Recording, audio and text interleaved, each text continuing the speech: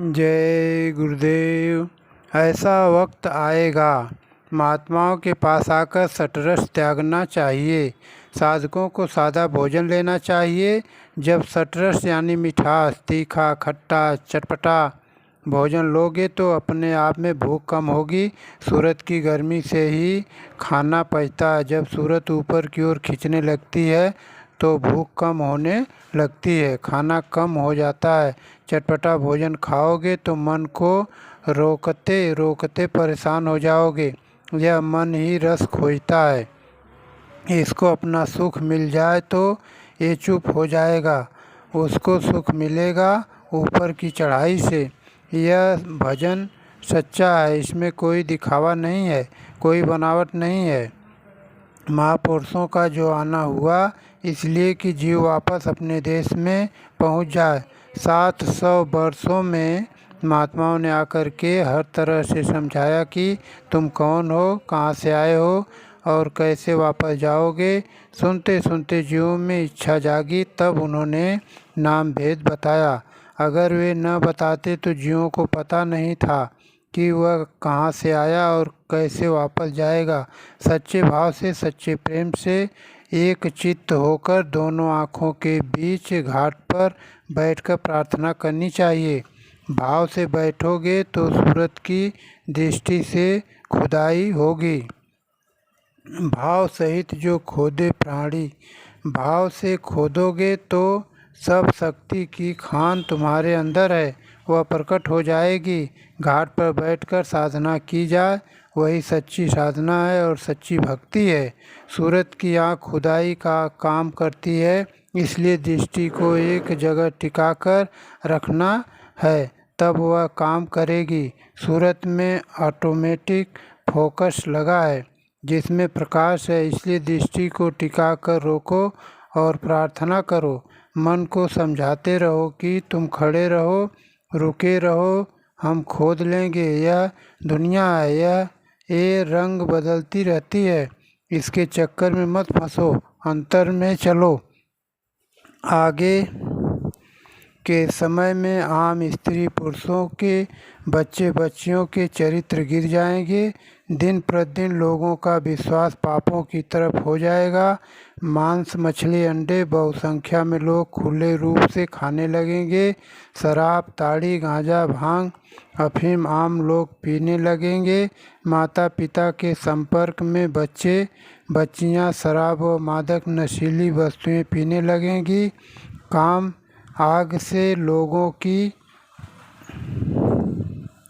लज्जा चली जाएगी।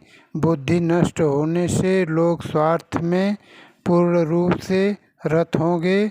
चोरी चमारी, लूटपाट, कत्ल आदि बहुत बढ़ जाएंगे। जनसंख्या कम करने की एक नई योजना विदेश द्वारा भारत में आएगी। टैक्स अधिक बढ़ेंगे।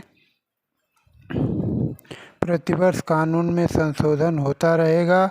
धर्म कर्म के लोग लड़ेंगे, समाजों के लोग लड़ेंगे, पार्टियों के लोग आपस में लड़ेंगे। एक दूसरे पर किसी का विश्वास नहीं रहेगा। परिणाम स्वरूप सरकारों में हेर फेर होगा। अधिकतर प्रांतों में राष्ट्रपति शासन होगा। 1972 के अंदर मौजूदा कांग्रेस समाप्त हो जाएगी। नए नाम की संस्था होगी, वह भी बाद में समाप्त हो जाएगी।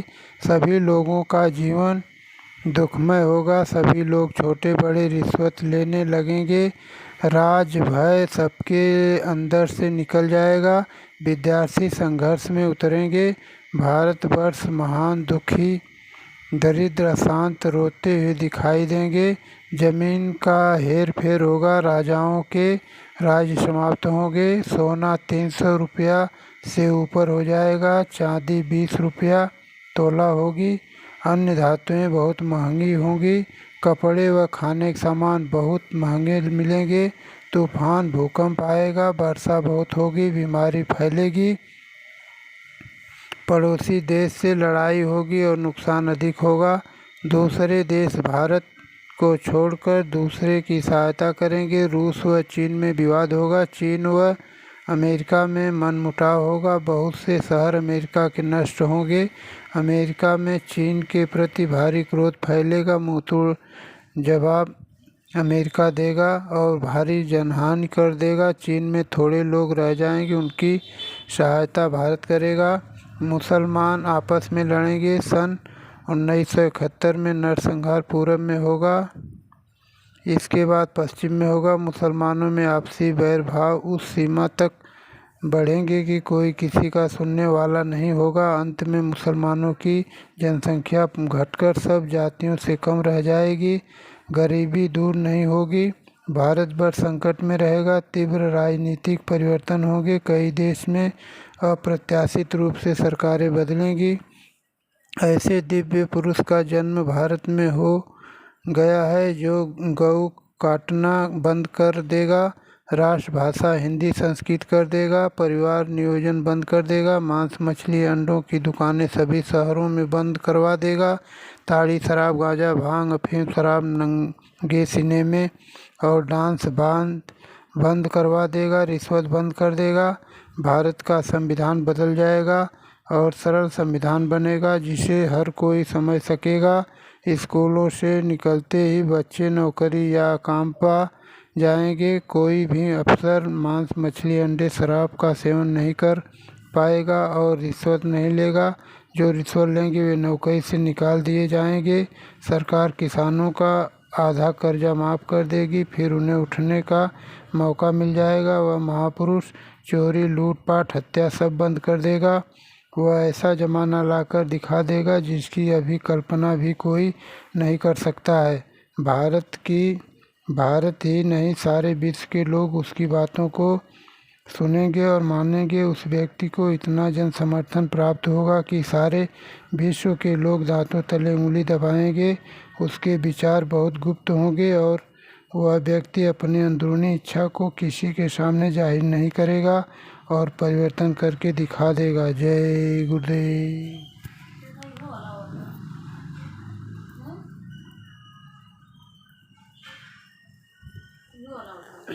तब का हुई।